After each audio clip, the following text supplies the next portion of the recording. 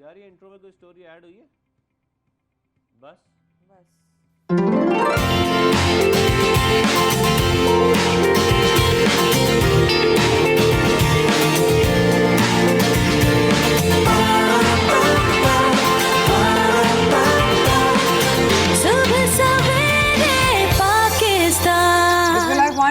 अस्सलाम वालेकुम। आप देख रहे हैं सुबह सवेरे पाकिस्तान। मैं हूं माया खान और मैं हूं शाहजेब अहमद। नया हफ्ता शुरू हो चुका है। एक वीकेंड गुजारने के बाद दो ताक़रातें और आखिरी अशरे के साथ, क्योंकि अब ये जो है रमज़ान का आखिरी अशरा चल रहा है। ख़वातीन हज़रात, और आप हमारे साथ पूरे रमज़ान रहे अल्हम्दुलिल्लाह, बड़ी खैर आफियत के साथ गुजरा। काफ़ी जगहों पर बहुत सारे चैलेंजेस आ सकते थे जो नहीं आए, लेकिन ये बात सच है शाहजेब, अगेन रमज़ान के आखिरी अशरे में हम आ गए हैं और चंद रोज़ का ये मेहमान जो है बारान रहमत बरसाएगा। बिल्कुल, चंद दिन ही रह गए हैं, यही कहा जा सकता है इस रमज़ान मुबारक में। खैर, हम अपने प्रोग्राम के बाकायदा आगाज़ में सबसे पहले सुबनामा में बहुत सारी खबरें जो आप लोगों के साथ शेयर करनी है, और सबसे पहले हम बात करेंगे पाकिस्तान और IMF के दरमियान जो सब्सिडी है वो ख़त्म करने पर इत्तफाक हो गया है। IMF और पाकिस्तानी वफ़द के दरमियान जो मुज़ाकरात हैं उसका बाकायदा तौर पर एलामिया जारी भी कर दिया गया है। वज़ीर ख़जाना ने यह कहा है कि जो गरीब हैं उन गरीबों के सिवा तमाम लोगों के ऊपर जो सब्सिडी है वो खत्म कर दी जाए, यानी कि गरीबों को सब्सिडी मिलेगी सर। हाँ, बिल्कुल ऐसा ही है। वो गरीब वाला का कैटेगरी क्या है, उसकी क्वालिफिकेशन क्या है कि वो गरीब वाली कैटेगरी। हमारे मुल्क में गरीबों में आता कौन कौन है, ये बड़ा जरूरी है। बड़ा अहम हमारे कुछ सियासतदान भी कहते हैं कि वो गरीब ही है। हम भी गरीब हैं ऑब्वियसली, लेकिन IMF से कर्ज की रकम में $2 अरब का इजाफा भी हो गया। बहुत सारी खबरें सुबनामा में पंजाब असम्बली के हवाले से भी, IMF की, ECL में भी ऑब्वियसली बहुत सारे नाम होंगे, बिजली की लोड शेडिंग पे भी बात होगी। गवर्नर पंजाब ने वज़ीर आला पंजाब का इलेक्शन कलअदम करार देने की सिफारिश कर दी है। वज़ीर आला पंजाब ने कहा भी कि वज़ीर आला के इंतखाब से मुताल्लिक गवर्नर को तहफ़्फ़ुज़ात पर मबनी रिपोर्ट जो है वो सदर को मौसूल हो गई है, वो भी जो है उनको सेंड कर दी गई है। उमर सरफराज सीमा ने कहा कि नौमुंतखब वज़ीर आला का इंतखाब मुतनाज़ा और वोटिंग का रिकॉर्ड जो है वो टेम्पर्ड है। डिप्टी स्पीकर का इक़दाम भी अदालत की हिदायत और उनके हल्फ की खिलाफ वर्जी है, तो ये उनकी जानिब से कहा गया है उमर सरफराज सीमा साहब की जानिब से। साथ में हुकूमत में आने वालों के नाम ECL से निकल गए। जैसे हुकूमत में जो लोग आए उनके जितने साथी हैं उन सब के नाम ECL से निकल चुके हैं। वज़ीर आज़म शहबाज शरीफ समेत, बिल्कुल, शहबाज शरीफ समेत जो 100 से ज़ायद अफराद हैं जिनका ताल्लुक मेरे ख्याल में एक ही जमात से है या पीपल्स पार्टी के भी हैं, राना सोनाला साहब, शाहिद खान अब्बासी, साद रफीक, ख्वाजा आसिफ शामिल हैं, आसिफ ज़रदारी, फयाल तालपुर जो पीपल्स पार्टी के लीडर्स में शुमार, फयाल तालपुर और दीगर अहम शख्सियात के नाम भी जो है वो एग्जिट कंट्रोल लिस्ट से निकाल दिए गए। साथ में राना सोनाला ने जो है वो उम्रे की ख्वाहिश जाहिर की है कि मैं जैसे ही जो है मेरा नाम निकलेगा ECL से, मैं उम्रे पर जाने की जो है वो मेरी दुआ है और उनकी आरजू है कि वो उम्रे पर जाएं। ये तो बहुत अच्छी नहीं है, लेकिन ऐसे में अदालतों और हसास इदारों की सिफारिश पर जो नाम शामिल किए गए थे ECL में, उनको नहीं निकाला गया है। उनको नहीं निकाला गया, लेकिन साथ साथ मरीम नवाज के साथ जो है वो ये भी खबर आ रही है कि वो शहबाज शरीफ साहब के साथ जो है मरीम नवाज और मौलाना फजलुर रहमान भी जो है वो सऊदी अरब जाएंगे, क्योंकि उन्होंने शायद उम्रे की उनको भी ख्वाहिश है, तो उनका भी प्लान है कि शायद हम लोग पे जाने का ऑब्वियसली। लेकिन साथ आगे बढ़ते हैं, वज़ीर आज़म और कौन जा रहा है, और कौन जा रहा है, हम भी जा रहे हैं, हमें भी ले जाए साथ में, हम तो उम्रे के लिए हमेशा तैयार हैं,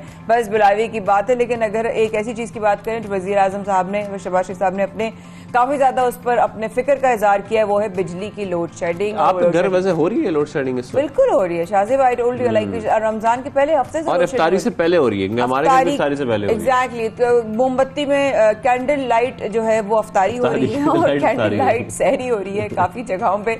और अच्छा, बार बार जा रही है, जाती है फिर आती है फिर जाती है। अच्छा, जाती थोड़ा ज्यादा है, एकदम से अगर एक पैच में जाए, आती ज्यादा आती कम है, आती कम है भाई, बिल्कुल ऐसे बहुत सारी चीजों की तरह बिजली भी वही किरदार अदा कर रही है। लेकिन अगर नुमाया जो है वो इसमें आया है तो ये देखने में आया कि कराची में बहुत ज्यादा देखी गई। वज़ीर आज़म ने हंगामी बुनियादों पर इक़दाम की हिदायत भी की है, और प्रोग्राम में ऑब्वियसली इस पर आगे चल के हम डिस्कशन भी करेंगे। कराची से एक और लड़की जो है वो हम मुसलसल शाहजेब खबरों में सुन रहे हैं, लेकिन कराची की सऊदाबाद की एक 14 साल बच्ची जो है उसकी भी जो है वो बिल्कुल एक हफ्ते से खास तौर पर सोशल मीडिया पर हम देख रहे हैं, हम बाकायदा तौर पर ये अपील भी कर रहे हैं जो हुकूमती इदारे हैं उनसे भी।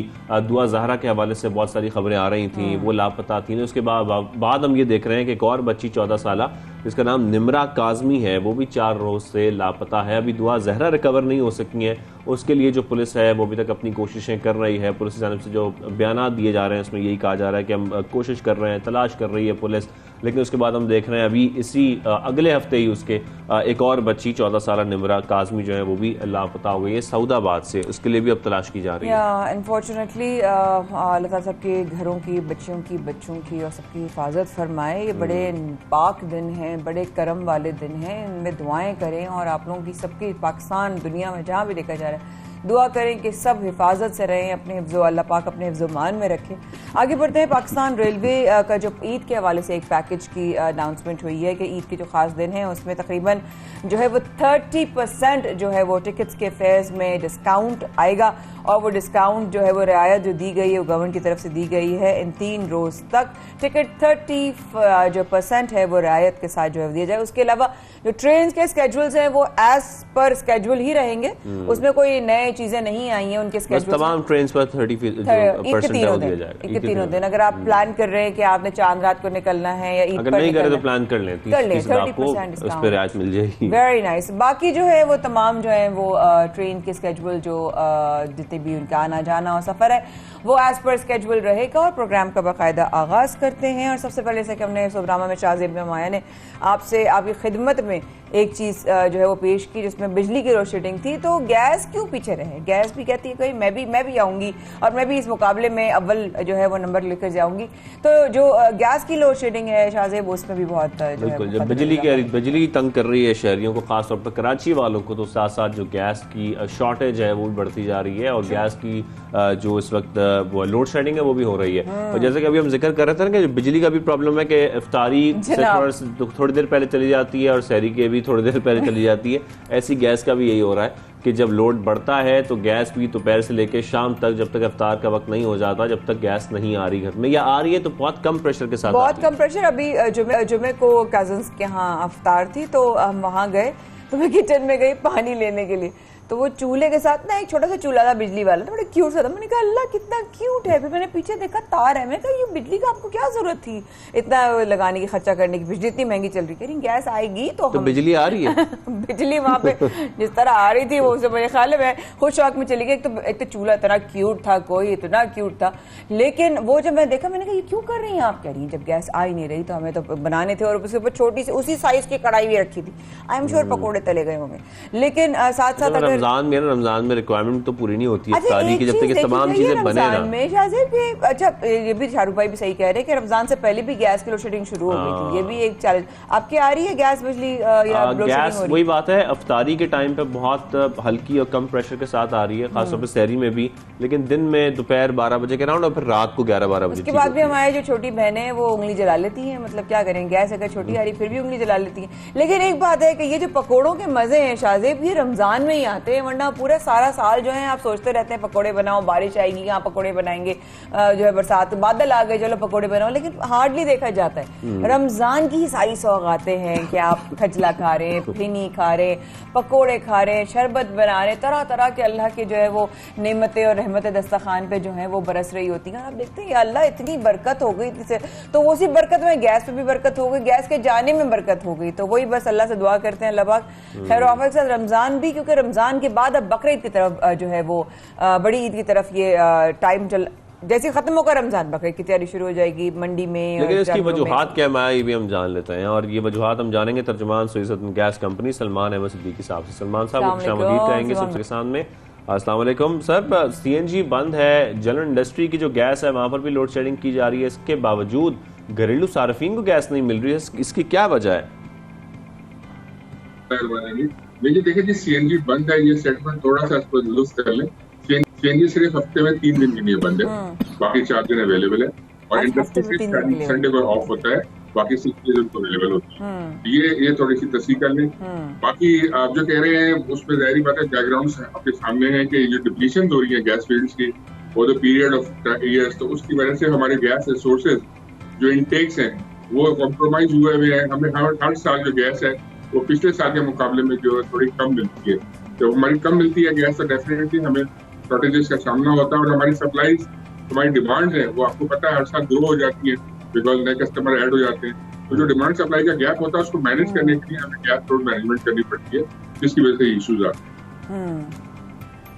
अच्छा सलमान भाई, अपनी इस्लाह करते हुए सेल्फ करेक्टेड ये बताएं मुझे कि 3 दिन जो हो रही है गैस की लोड शेडिंग हफ्ते में, उसमें कोई इलाकों की सेग्रीगेशन है या ओवरऑल सिटी में जहां भी प्रेशर ज्यादा होगा वहां पे लोड शेडिंग होगी?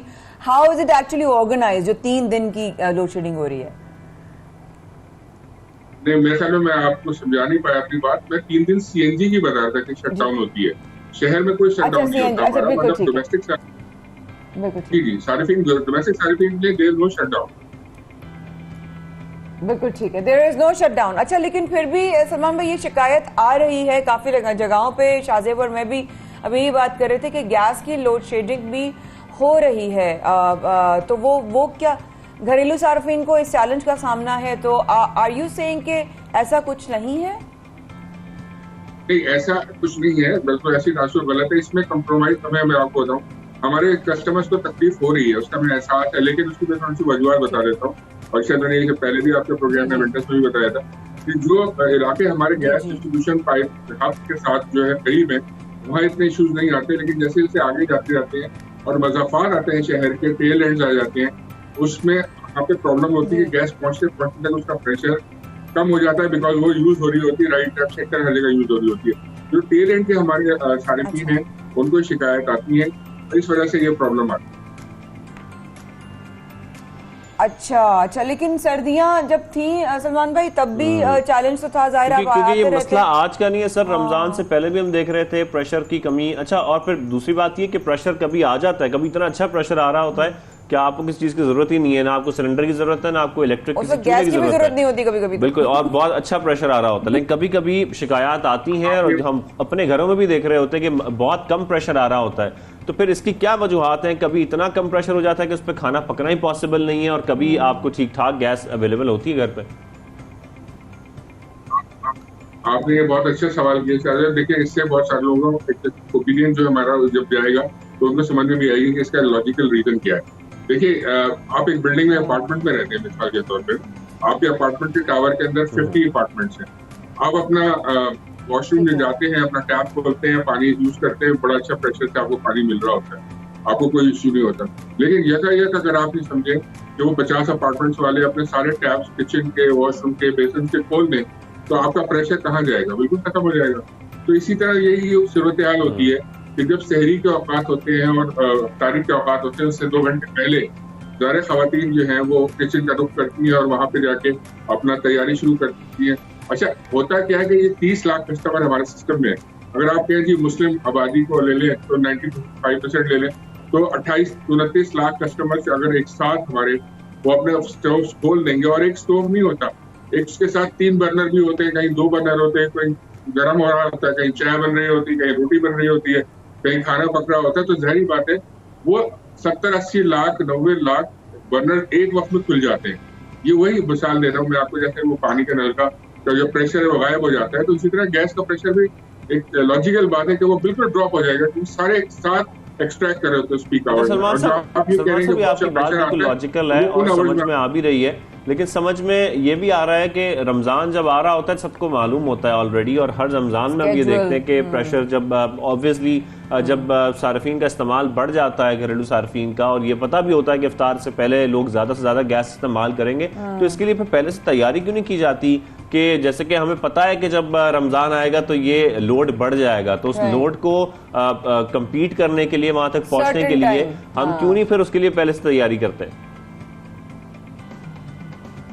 देखिए, बिल्कुल सही बात है, तैयारी जरूर है, लेकिन ये देखिए, ये ख्याल कीजिएगा, ये पहला रमजान नहीं है, हर साल रमजान में ये शिकायत आती है, और आज से नहीं आ रही, ये जमाने से आ रही है। बिकॉज आप खुद सोचिए कि एक साल जब सिस्टम में प्रेशर पड़ेगा तो वो एक्सट्रैक्शन किस तरह से होगी, किस तरह से प्रेशर मिलेगा। देखिए, हम तैयारी जब करेंगे जब हमारे सिस्टम में गैस वाफिर मकदार में होगी।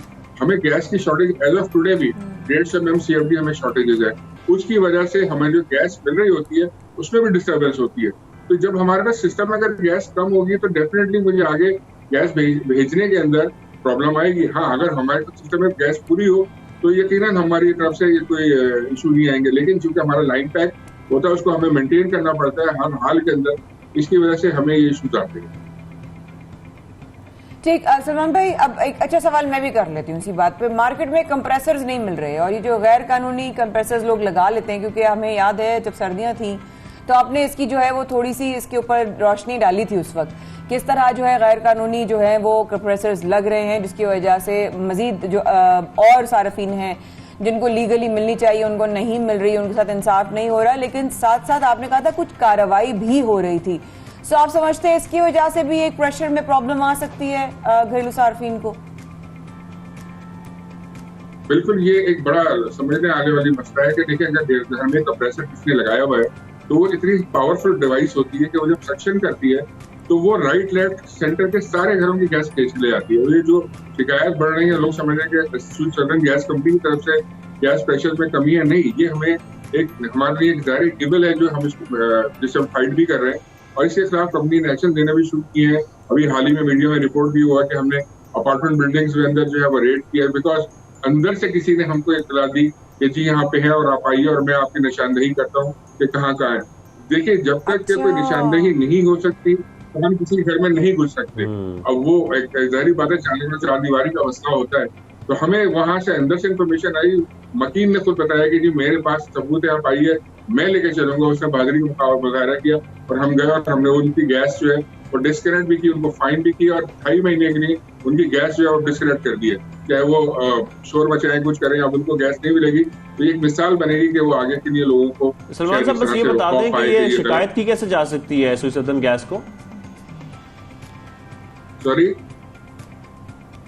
शिकायत कैसे की जा सकती है सुइसर्दन गैस को? क्योंकि हमारे इसमें बहुत सारे तरीके कारण, हमने कई दफा इश्तहार भी दिए और बताते रहते हैं कि 1199 हमारी हेल्पलाइन है जो 24/7 चलती है। जब भी कंप्लेन करनी है उस पर करें। इसके अलावा हमारे फेसबुक पे और दूसरे जितने सोशल मीडिया अकाउंट्स हैं वहाँ पे भी जाके सार्फिन अपनी शिकायत दर्ज करते हैं, जो कि फौरी तौर पे जो कस्टमर सर्विस उन तक पहुँचाई जाती है और रिस्पॉन्स दिया जाता है।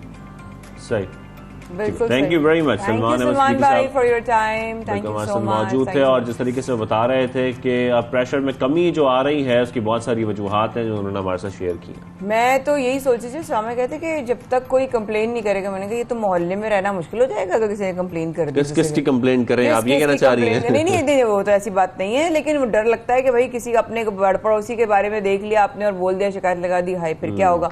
लेकिन हाय फिर क्या होगा तो हाय तो वैसे भी हो रहा है, हाय हो रहा है, गर्मी से हाय हो रहा है, क्योंकि एक तो रमजान और दूसरा गर्मी और कराची में वक्त से पहले गर्मी और उस पर बिजली का ना होना। एक तो रमजान और बिजली का बहरान। वाह वाह वाह वाह वाह वाह शाहजेब, लोड शेडिंग की वजह से हम बड़े शायराना हो चुके हैं। कहते हैं तो गम न पड़े जब तक अंदर से अशार नहीं निकलते, तो गम पड़ रहा है गर्मी का और गर्मी के साथ जुड़ी हुई बिजली के ना होने का। बिजली के बहरान की बात करें तो कराची से लेके वजीरिस्तान तक जो है वो बिजली का बहरान जो है वो सर चढ़ कर जो है वो लाहौर, पेशावर, कोयटा, कराची, कोई शहर रह नहीं गया जहां पर 10 से 12 घंटे लोड शेडिंग ना हो। तमाम शहरों में हो रही है, लोग शदीद परेशानी का शिकार है इस वक्त। खास तौर पर हम आपको बताएं तो लेस्को के 600 मेगावाट शॉर्टफॉल का सामना है इस वक्त।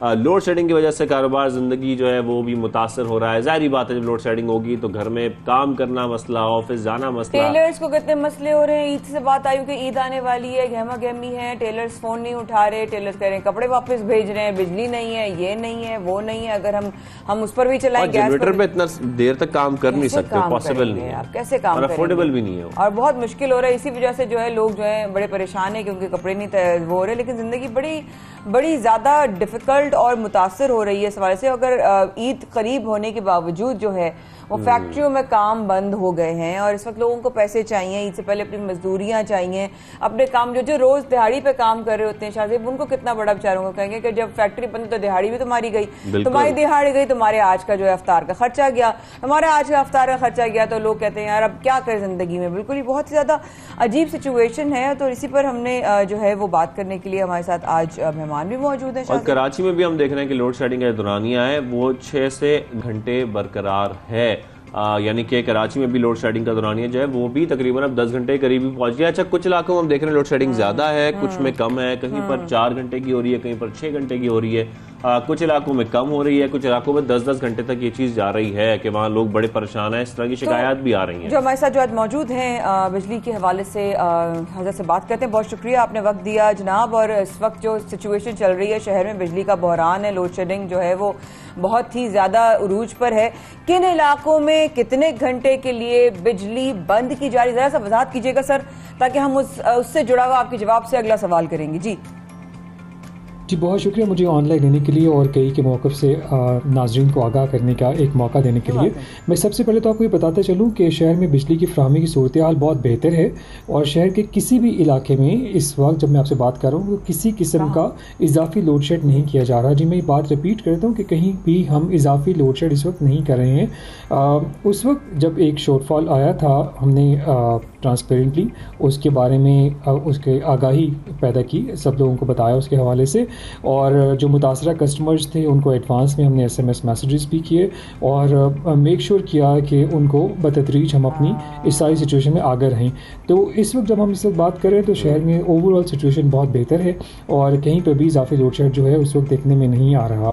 ये बात भी बहुत इम्पॉर्टेंट है बताना कस्टमर्स की और आपके नाज़रीन की इन्फॉर्मेशन के लिए कि जो मुस्तस्ना इलाके हैं कहीं की टेरिटरी के अंदर जिस वक्त लोड की अंदर के जो हमारे पास कर्टेलमेंट हुई, तो उसके बावजूद जो मेजॉरिटी एरिया है कराची का मुस्तस्ना इलाकों का, वहाँ पर किसी किस्म की लोड शेड नहीं की जा रही थी, ना ही लोड मैनेजमेंट की जा रही थी। हाँ, गैर मुस्तस्ना इलाके जहाँ पर बेसिकली बिलों में रिकवरी के इशूज़ हैं, जहाँ पर बिजली की चोरी वगैरह होती है, वहाँ पर पॉलिसी लोड शेड के हमें चंद घंटे की लोड मैनेजमेंट करनी पड़ी थी।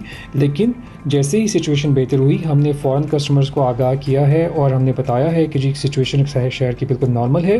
ख़ासतौर पर अगर मैं हफ्ते और इतवार की बात करूं तो शहर के किसी भी हिस्से में किसी भी कस्टमर लेवल पे किसी तरह की लोड मैनेजमेंट नहीं की गई है। अगर इस वक्त कोई कस्टमर ये कहते हैं कि उनके यहाँ एक्सटेंडेड आउटेज है तो उसकी जो एक रीज़न हो सकती है कि शायद उन्होंने अपना बिजली का बिल ना पे किया हो और उसकी वजह से अनफॉर्चुनेटली उनको तकलीफ़ से गुजरना पड़ा। हमारी उनसे गुजारिश ये है कि वो अपना बिजली का बिल फ़ौरन पे करें और ताकि हम उनकी जल्द से जल्द उनकी बिजली बहाल कर सकें। दूसरा एक ये भी हो सकता है कि मुकामी सतह का कोई फॉल्ट हो सकता है जिसके लिए हमारी टीमें 24 घंटे मुतहरिक हैं। कस्टमर जैसे ही हमसे कंप्लेंट करते हैं कि जिस भी ज़रिए से वो हमारे तक पहुंचते हैं, सोशल मीडिया के ज़रिए या हमारे कॉल सेंटर या SMS सर्विस के ज़रिए या व्हाट्सएप के ज़रिए, हमारी टीमें फ़ौरन मुतहरिक होती हैं, कोशिश करती हैं कस्टमर को फ़ौरन रिलीफ फराहम करें। इमरान अहमद साहब, वैसे माजरत के साथ कोई फॉल्ट की वजह से लाइट जाना वो भी और बात है, ये तो बाकायदा तौर पर लोड शेडिंग हो रही है, बहुत सारे इलाकों में हो रही है और गुज़िश्ता 3 रोज से खासतौर पर हम देख रहे हैं कि बेशतर इलाकों में सुबह शहर से लेकर इफ्तार के वक्त तक 2 से 3 घंटे की तो लाजमी लोड शेडिंग हो रही है। तो इसको लोड शेडिंग ही कहा जाएगा। आप इसकी सही तरीके से हमें वजाहत दे सकते हैं, तो इसकी वजूहात क्या हैं आपके ख्याल में?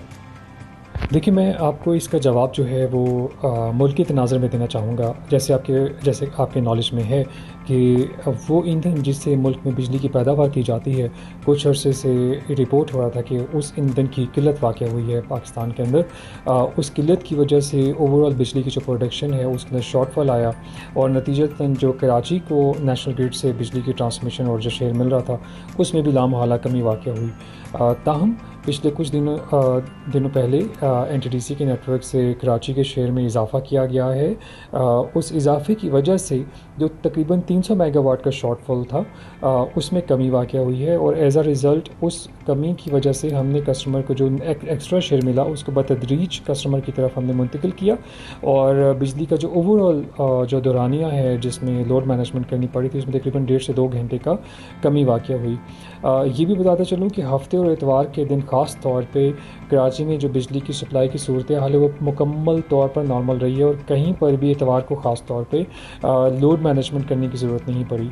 इसके साथ साथ मैं अर्ज़ करता चलूँ कि जैसे मैंने पिछले सवाल के जवाब में कहा कि जहाँ तक लोड शेडिंग का ताल्लुक है, जो पॉलिसी लोड शेड है नेशनल पावर पॉलिसी के तहत जो किया जाता है वो तकरीबन 7.5 घंटे तक जो है वो किया जाता है आम दिनों में भी और कोशिश की जाती है ताहम कि जो सहर और इफ्तार के टाइम है उसमें इम्पैक्ट ना आए कस्टमर्स को और उसमें मैक्सिमम। शाज़ेब और मैं आई एम श्योर इस बात पे इत्तेफाक करते हैं आपसे कि आप लोगों की कोशिश ये होती है कि शहरियों को जो है किस तरह का मुश्किल का सामना ना करना पड़े, इस पर कोई डाउट नहीं है। I mean there is no question about it, goes without saying.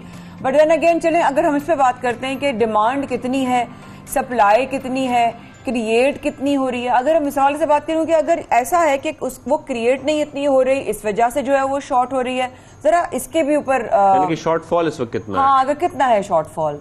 Are we are like short of it? जी, तकरीबन 3000 मेगावाट के पास है। कुछ दिन पहले जब हमने अर्ज़ किया कि 300 मेगावाट का ऑलमोस्ट शॉर्टफॉल था। जब नेशनल ग्रिड से जैसे ही हमें इजाफी बिजली मिली है तो उस शॉर्टफॉल में कमी हुई है और उस कमी के नतीजे में शहर में अब कहीं पर भी इजाफी लोड शेड नहीं की जा रही। जैसे मैंने पहले भी बताया आपको कि हफ्ते और इतवार वाला दिन तो कहीं पर भी किसी जगह पर भी शहर में जो है वो लोड मैनेजमेंट नहीं की जा रही थी। तो सिचुएशन शहर की वो है काफ़ी बेहतर हुई है और इस सिलसिले में हम मुतल्लिका इदारों से भी मुसलसल राब्ते में हैं और कोशिश कर रहे हैं कि जो चैलेंजेस हैं, जो इसके पीछे मसाइल हैं, उनको इंशाल्लाह फ़ौरन इनको एड्रेस करें और कस्टमर्स को सहर, इफ्तार और रमज़ान के दौरान मैक्सिमम उसको रिलीफ फराहम कर सकें। तो नेशनल ग्रिड से कितनी बिजली मिल रही है इस वक्त इलेक्ट्रिक को? जी, नेशनल ग्रिड से शहर कराची को तकरीबन इस वक्त 1000 मेगावाट बिजली मिल रही है, जिससे बिजली का शॉर्टफॉल कम करने में मदद मिली है और नतीजतन जैसे मैंने आपको पहले भी अर्ज़ किया कि उससे इजाफी लोड शेड को ख़त्म करने में बहुत मदद मिली है हमें, और जिसके लिए हम नेशनल ग्रिड और उनकी मैनेजमेंट का और गवर्नमेंट ऑफ पाकिस्तान के बहुत शुक्रिया अदा करते हैं।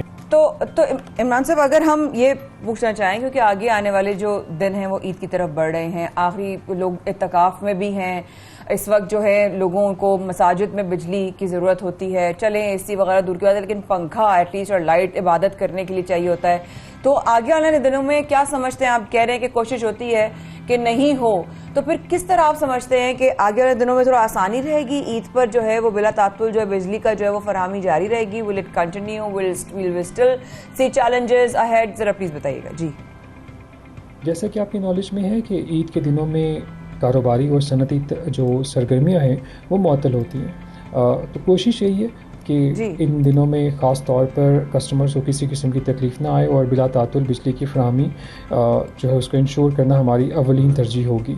इस सिलसिले में हम लोग जैसे मैंने आपको अर्ज़ किया कि मुतल्लिका इदारों से मुसलसल इन टच हैं और कोशिश कर रहे हैं कि किसी किस्म का प्रॉब्लम ना आए और जो मसाइल हैं उन पर जल्द से जल्द काबू पाया जा सके। ठीक है, thank you very much. Imran Rana साहब डायरेक्टर कम्युनिकेशन के इलेक्ट्रिक हमारे साथ मौजूद थे और जिस तरीके से वो बता रहे हैं, उम्मीद हम ये करते हैं उनकी तमाम बातों से कि ये बिजली की लोड शेडिंग अगर कहीं हो रही है तो वो कम हो जाए। You know what Shahzeb, I am really worried about specially उन लोगों के लिए जो इत्तकाफ में बैठ गए हैं और मौसम जो है ना वो बहुत ज़्यादा इस वक्त गर्म है। जैसे आपने कहा लाहौर, इस्लामाबाद, मुल्तान, कराची, हर जगह जो है वो गर्मी, कोयटा, हर जगह किसी एक जगह की फॉल्ट का प्रॉब्लम तो नहीं है। हम काफी इलाकों में देख रहे हैं, मुख्तलिफ शहरों में देख रहे हैं कि 5-6 घंटे की लोड शेडिंग हो रही है 24 घंटे में। See, we have to identify जो भी challenges हैं, not because कि हम कोई criticism करें, but because हम solution की तरफ देख रहे हैं। तो क्यों ना हम और ही solution की तरफ देखें इस प्रोग्राम में। वक्फे के बाद सबसे पाकिस्तान में को छोटा सा सोल्यूशन निकालते हैं और मजीद सारी बातें जो इससे आपके साथ करनी है, डिस्कस भी करनी है, आप लोगों से शेयर भी करनी है।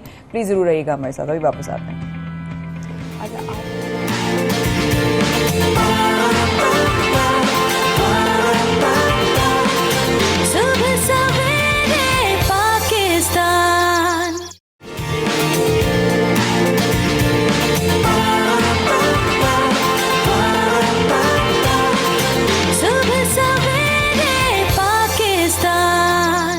Welcome back. आप देख रहे हैं सबसे पहले पाकिस्तान, माया खान और शाहज़ेब अहमद के साथ। और प्रोग्राम में आगे बढ़ते हैं और आगे बढ़कर अब आपको बताएं कि नरेंद्र मोदी के दौरा कश्मीर और फौजी जारियत के खिलाफ एलओसी के दोनों जानिब यौम सियाह मनाया गया। एब्सोल्युटली मकबूजा कश्मीर में मुकम्मल हड़ताल रही और सब जो है वो छोटी बड़ी मार्केटें भी बंद रहीं और सड़कें सुनसान और वादी जो है वो फौजी छावनी में वो तब्दील होकर रह गई। और आज़ाद कश्मीर में भी भारत मुखालिफ रैलियां निकाली गई, क्योंकि हम लोग बारहा इस बात का जिक्र करते हैं। अब रिएक्शन सामने आ रहे। देखिए, हर एक्शन का रिएक्शन ज़रूर होता है।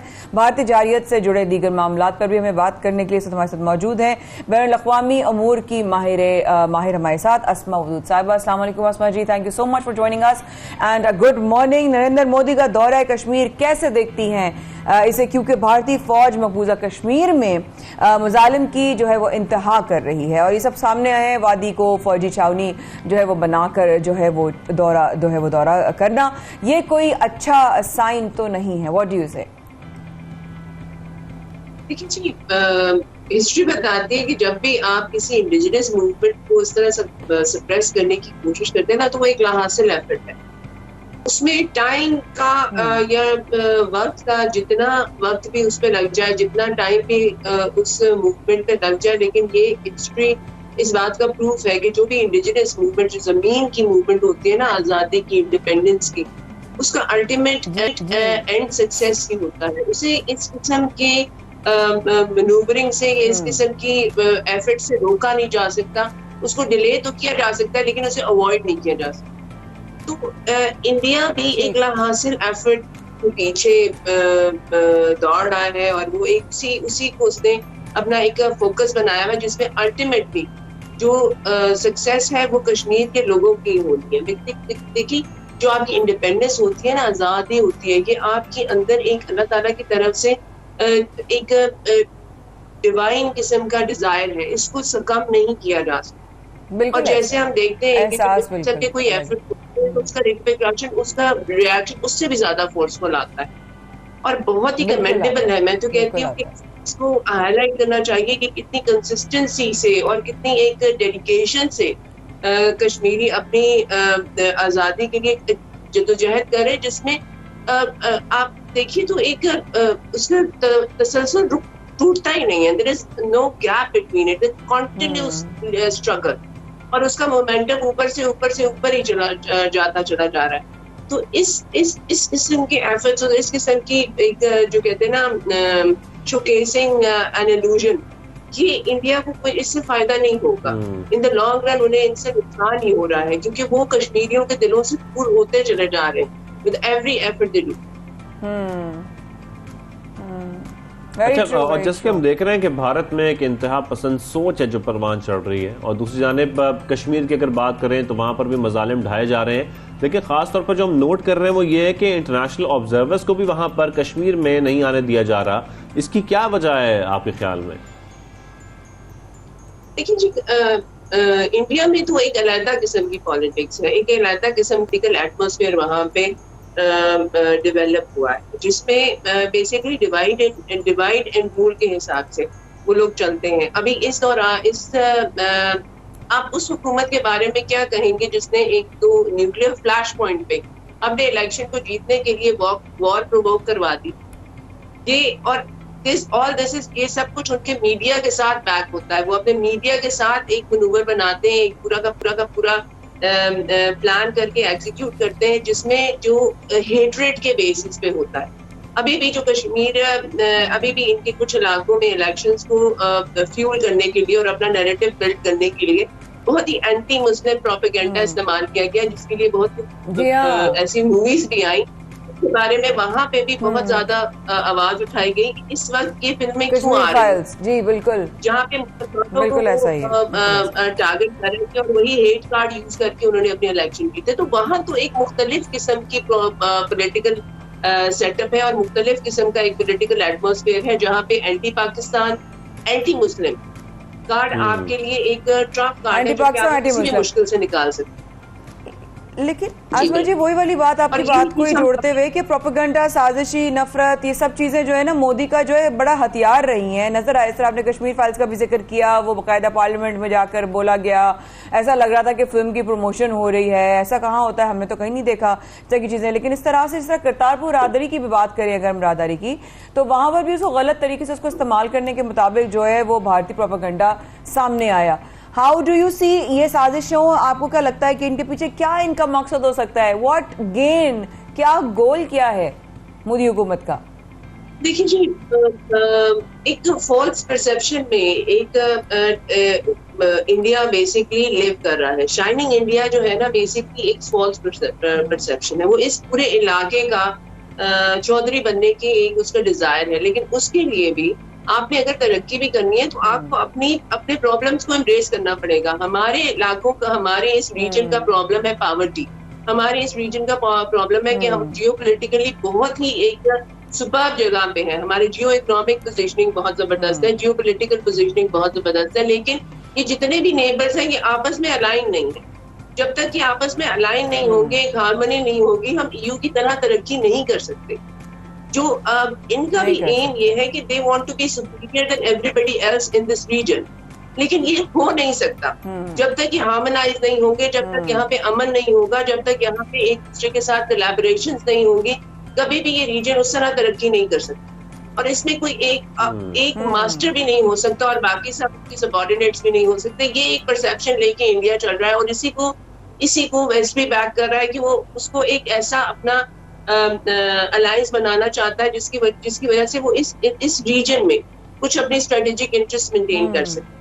लेकिन ये चीज तब तक मुमकिन नहीं है। ये मोदी साहब को भी ये बात समझनी पड़ेगी कि जब तक इस रीजन में पीस, हार्मनी और एक परफेक्ट अलाइनमेंट नहीं होगी नेबर्स के दरमियान में, ये रीजन कभी भी ये अपनी ना जियो पोलिटिकल पोजिशन को एक्चुअलाइज कर सकेगा, ना जियो इकोनॉमिकल पोजिशन को एक्चुअलाइज कर सकेगा। और इसमें जो शाइनिंग इंडिया का जो एक बबल उन्होंने बनाया है वो बहुत जल्दी सही बात है। जब भी आई थिंक वो एक नजरिया और एक जो है लोगों का, जैसे आपने कहा, रिएक्शन सामने आ रहा है। जी शाजिब, बिल्कुल। और हमें तो असमा जी ये भी लग रहा है ये सब कुछ देख के कि जब से यात्री पाकिस्तान आते हैं यहाँ पर खासतौर पर वापस जाकर तारीफें करते हैं पाकिस्तान की गुन गाते हैं, तो ये भी मोदी हुकूमत को कुछ हजम नहीं हो रहा है। देखिए जी, ये तो बहुत ही ओपन हार्टेड जेस्चर है।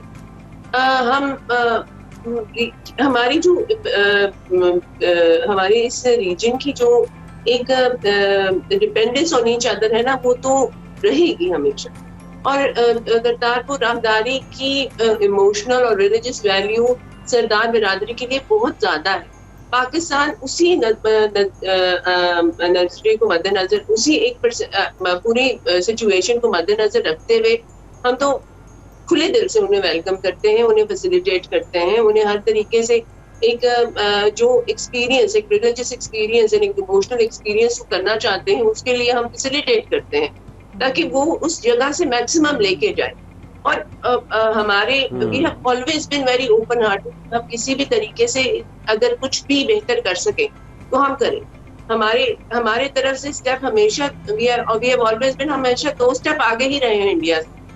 लेकिन बात यह है कि वहां से भी फ्लेक्सिबिलिटी तो हो ना, वहां से भी तो कुछ एक्सेप्टेंस हो, कुछ इनिशिएटिव हो, कोई साइन, कोई अपने आप को एक प्लेस करके और दूसरे को सबऑर्डिनेट में प्लेस करके एनालाइज नहीं कर सकते।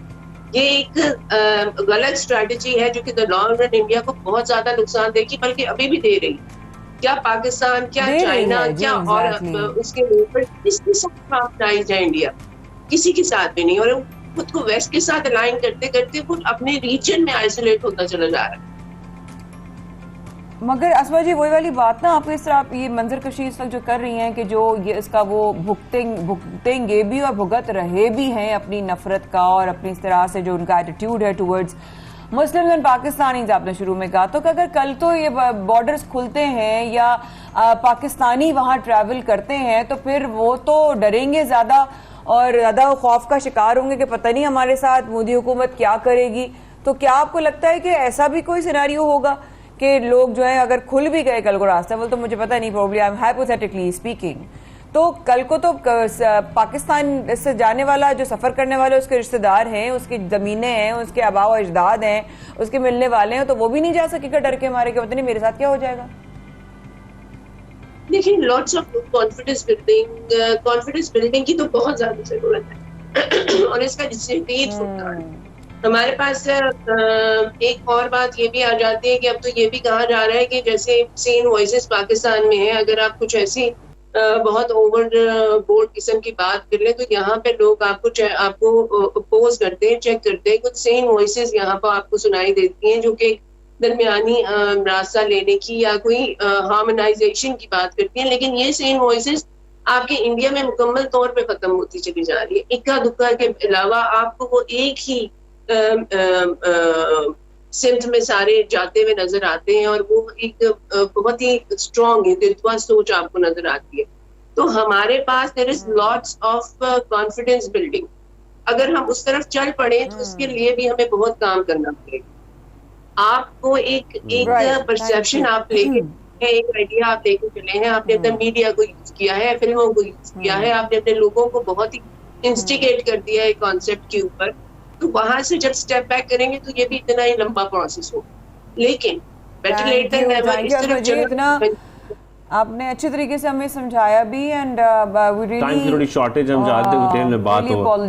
बैनुल-अक़वामी अमूर की माहिर रस्मा मदू साहब हमारे साथ मौजूद थी, इस पर डिटेल में बात हो रही थी। आगे बढ़ते हैं प्रोग्राम में और अगला सेगमेंट शामिल करते हैं और आपको बताएं कि जैसे जैसे ईद करीब आ रही है, मीठी ईद करीब आ रही है, माया की शॉपिंग भी बढ़ती जा रही है, बाकी लोगों की भी शॉपिंग बढ़ती जा रही है। शॉपिंग कहाँ कहाँ हो रही है, कैसे कैसे हो रही है, ये आपको दिखाना भी है, बताना भी है। कपड़े भी खरीदे जा रहे हैं, जूते भी खरीदे जा रहे हैं। इस्लामाबाद में हमारी जो नुमाइंदा है अक्सा खालिद, उन्होंने एक शॉपिंग मॉल से कुछ रिपोर्ट तैयार की है, वो आपको दिखाते हैं। किसने देखा शॉपिंग? बिल्कुल, मीठी ईद की शॉपिंग खवातीन का हमेशा सबसे बड़ा मसला रही है। जैसे ही ईद करीब आने लगती है, खवातीन की बड़ी तादाद जो है वो बाज़ारों का रुख कर लेती है। ईद करीब आ रही है, हम भी आपको इस्लामाबाद के एक बाज़ार में लेकर आ चुके हैं। वहाँ पर हम आपको बताने जा रहे हैं कि इस वक्त ईद के लिए कौन कौन से डिज़ाइंस चल रहे हैं, किस कलर के कपड़े जो है वो खवातीन पसंद करी। आप मेरे पीछे डिस्प्ले में देख रहे होंगे कि खूबसूरत जे कोट के सूट लगे हुए हैं, इसी के साथ लॉन के सूट लगे हुए हैं, कढ़ाई के सूट लगे हुए हैं। खवातीन की बड़ी तादाद जो है वो इस तरह की दुकानों का रुख कर रही हैं और ब्रांडेड कपड़े ले रही हैं। इसलिए ले रही हैं ताकि जिसे हम जानते हैं कि गर्मी है तो लाइट कलर्स बड़े इन रहते हैं और खूबसूरत से जो डिज़ाइंस हैं, हल्के हल्के फूल बूटे बने हुए, बहुत ही ज़बरदस्त लगते हैं ईद पे पहने हुए। इसी के साथ हम आपको आगे भी लेकर चलेंगे कि पूरी जो पीछे कैबिनेट्स हैं वो फुल हैं, बहुत ही खूबसूरत डिज़ाइंस के साथ जो है वो कपड़े लगे हुए हैं। इसी के साथ लग्जरी आइटम्स में भी जो है वो खूबसूरत कपड़े लगे हुए हैं। यहाँ पर पीछे जो सेल्स पर्सन भी जो है वो खूबसूरत तरीके से अपने कपड़ों को वापस उनकी जगह पर रख रहे हैं और बहुत ही खूबसूरत कढ़ाई वाले सूट भी हमें यहाँ पर नज़र आ रहे हैं, जो कि ख़वातीन की बड़ी तादाद ईद पे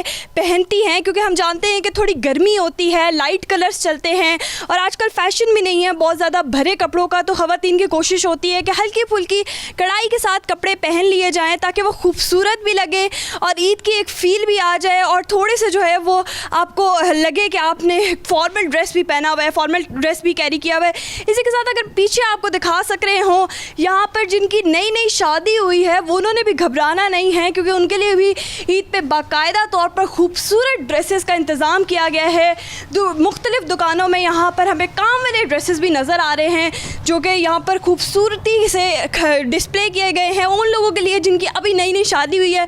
और ईद पर इस तरह से ख़वातीन जो है वो हमें बन सवर के सजी हुई नज़र आएंगी इन ड्रेसेस को ओढ़ के। अभी हमने आपको कपड़ों की दुकान का विजिट कराया, इसी तरह आपको ज्वेलरी भी दिखाएंगे और मेकअप भी दिखाएंगे, तो चलिए मेरे साथ।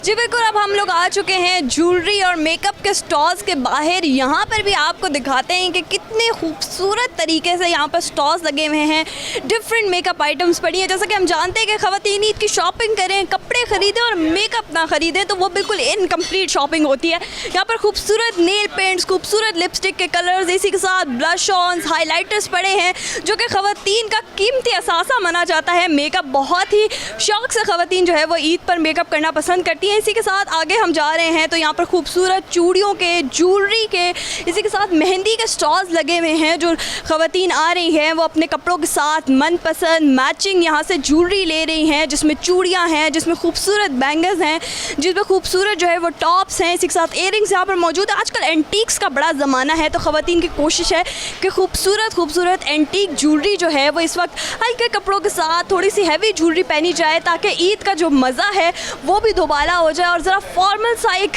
वे भी आ जाए कि वाकई ईद के लिए खूबसूरत तरीके से तैयार हुई हैं। मेहंदी भी यहाँ पर मौजूद है। हम जानते हैं कि मीठी ईद हो और ख़वातीन मेहंदी ना लगाएं, तो बड़ी तादाद ख़वातीन की यहाँ पर आके मेहंदी भी ले रही है। यहाँ पर मेहंदी लेंगी और चांद रात को मेहंदी लगाएंगी, इसी से ईद का मज़ा दोबारा होगा और सब तमाम चीज़ें तो हो जाएंगी। लेकिन ऐसा कैसे हो सकता है कि अगर कपड़े हों, ज्वेलरी हो, मेकअप हो और ख़वातीन खूबसूरत मनपसंद जूते ना ख़रीदे? तो चलिए जूतों की दुकान पर आपको लेकर चलते हैं और देखते हैं कि वहाँ पर किस तरह की हलचल मची हुई है। चलिए।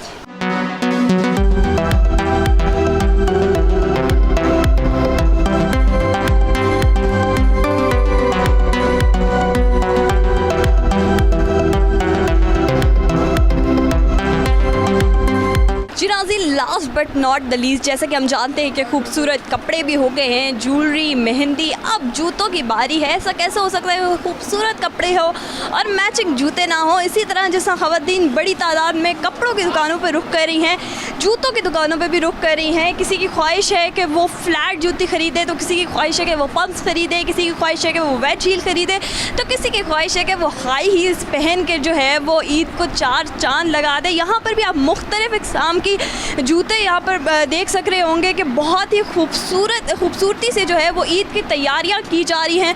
खूबसूरत जूते भी यहाँ पर मौजूद हैं। ख़वातीन की बड़ी तादाद आ रही है, इन जूतों को ले रही है और इसी तरीके से अपनी ईद की जो है वो तैयारियाँ मुकम्मल करते हुए हमें बाकायदा तौर पर नज़र आ रही हैं। जी तो जी मीठी ईद की कैसी तैयारियां, अक्सा खालिद ने एक सांस में सब कुछ बता दिया कि इसमें क्या तैयारियां चल रही हैं। क्या इसमें ग्रामी था हमारे रिपोर्टर का अक्सा खालिद। वाह अक्सा छोटे ब्रेक लेते हैं, ब्रेक के वापस आते हैं और बहुत सारी खबरें शामिल करेंगे। Very nice.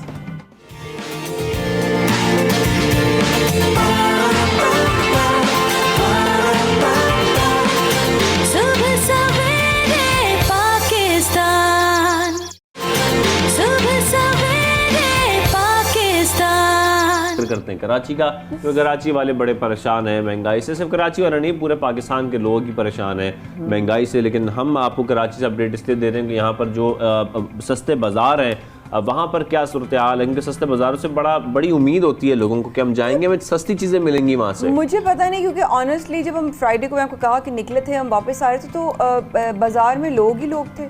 अच्छा, अब समझ नहीं आ रहा कि इतना रश, इतना ट्रैफिक जैम, इतना ज़्यादा हुजूम अवाम का है। तो मैं एक सवाल मेरे जहन में आता है कि इतनी महंगाई है फिर इतना रश कैसे है?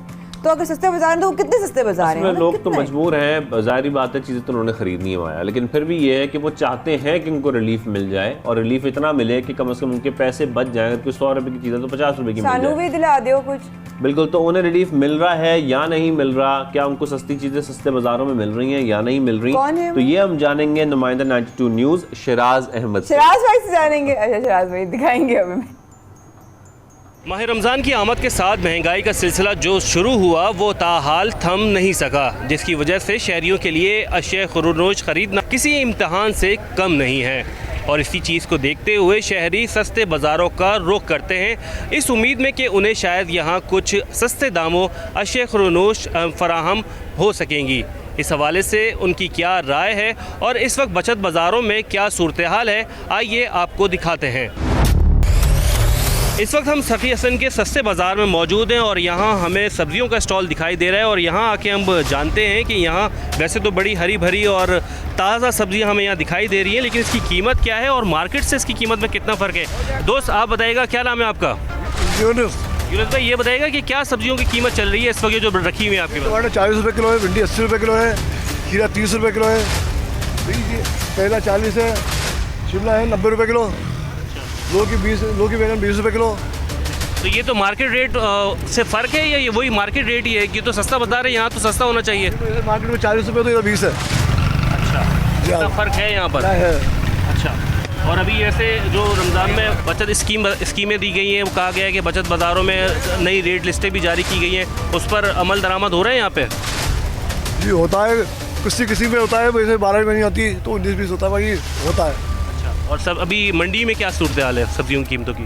मंडी में भी ऐसी है। बचत बाजार में सस्ता है और कितना सस्ता लोग है, गवर्नमेंट रेट दे रहे हैं और क्या लोग बाहर मालूम करो आप, डबल रेट है ठेलों के ऊपर। सेब का रेट है 300 रुपये किलो बाहर, यहाँ पर है 200 रुपये किलो, 150 रुपये किलो यहाँ पर। इससे जो लिस्ट में रेट है वो बेच रहे हैं। अभी सेब जो है ना, रमज़ान से पहले ये 100 रुपये किलो था, अभी आ रहा है 142 रुपये किलो। इससे तो बहुत ज़्यादा है, आदमी के लिए बहुत मुश्किल हो गया, पूरी तनख्वाह निकालना बड़ा मुश्किल हो जाता है। हालात ऐसे हैं कि बस आप ये समझ लें कि बच्चों को गुजारा करना बहुत मुश्किल है।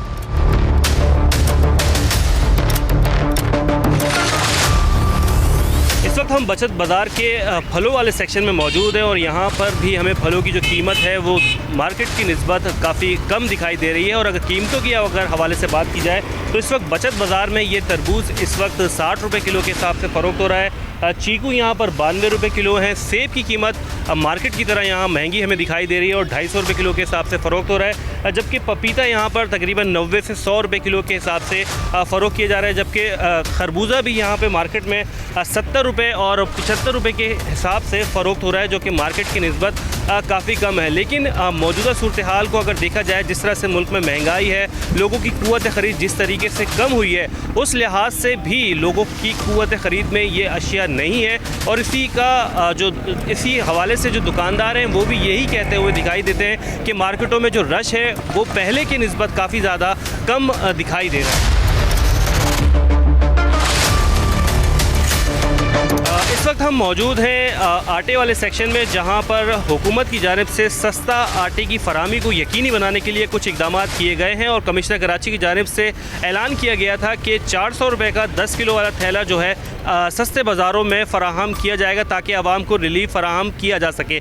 इस वक्त मेरे कैमरामैन शाहिद मलिक दिखा सकते हैं कि सखी हसन पर बाज़ार जो कायम है वहाँ पर ये ट्रक्स मौजूद हैं। सुबह से ही यहाँ जो ट्रक्स की बड़ी तादाद है वो यहाँ पर आई थी और जो सस्ता आटा है वो शहरियों को फराहम कर रही है। 400 रुपये का ये थैला है जो कि दिया जा रहा है ताकि आवाम को कुछ माह रमज़ान में रिलीफ दिया जा सके। इस हवाले से शहरियों से भी जब हमारी बात हुई तो उनका मौक़िफ़ था कि बड़ा अच्छा इक़दाम है, लेकिन सिर्फ ये आटे तक महदूद नहीं होना चाहिए बल्कि दीगर कमोडिटीज़ पर भी इस तरह की फैसिलिटी देनी चाहिए ताकि उनका जो बजट है जो मुसलसल आउट होता चला जा रहा है उसमें उन्हें कुछ रिलीफ मिल सके।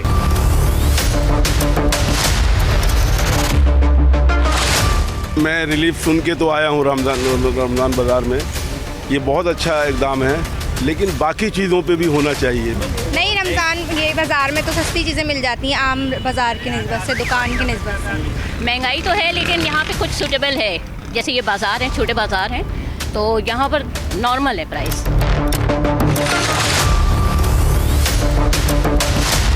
हुकूमती इक़दामात के बाद यूटिलिटी स्टोर पर चीनी और आटा, जबकि सस्ते बाज़ारों में आटे की कीमत तो ज़रूर कम हुई है, लेकिन शहरियों का मुतालबा है कि सिर्फ एक चीज़ पर कीमत कम होना और दूसरी कई चीज़ों पर कीमतें बढ़ जाना रिलीफ देने के मुतरादिफ है। और इसीलिए हुकूमत से शहरी यही अपील कर रहे हैं कि तमाम तर अशिया की कीमतों को कंट्रोल करने के लिए खातिर ख्वाह इक़दामात किए जाएँ, प्राइस कंट्रोल कमेटियों को एक्टिव किया जाए ताकि हकीकी मानों में उन्हें रिलीफ मिल सके और माह रमज़ान समेत ईद की ख़रीदारी में उन्हें जो दरपेश मुश्किलात हैं उससे उन्हें छुटकारा मिल सके। पर कीमत कम हो और बाकी कई चीज़ों पर कीमतें बढ़ा दी जाएँ तो उसका तो कोई फ़ायदा नहीं है। शराज अहमद हमें तफसीलन बता रहे थे इस वक्त सस्ते बाज़ारों का क्या हाल है, वहाँ पर लोग क्या कह रहे हैं, क्या सोच रहे हैं। Thank you very much Shiraz. साथ में आगे बढ़ते हैं और हम देख रहे हैं कि अचानक क्या हो रहा है।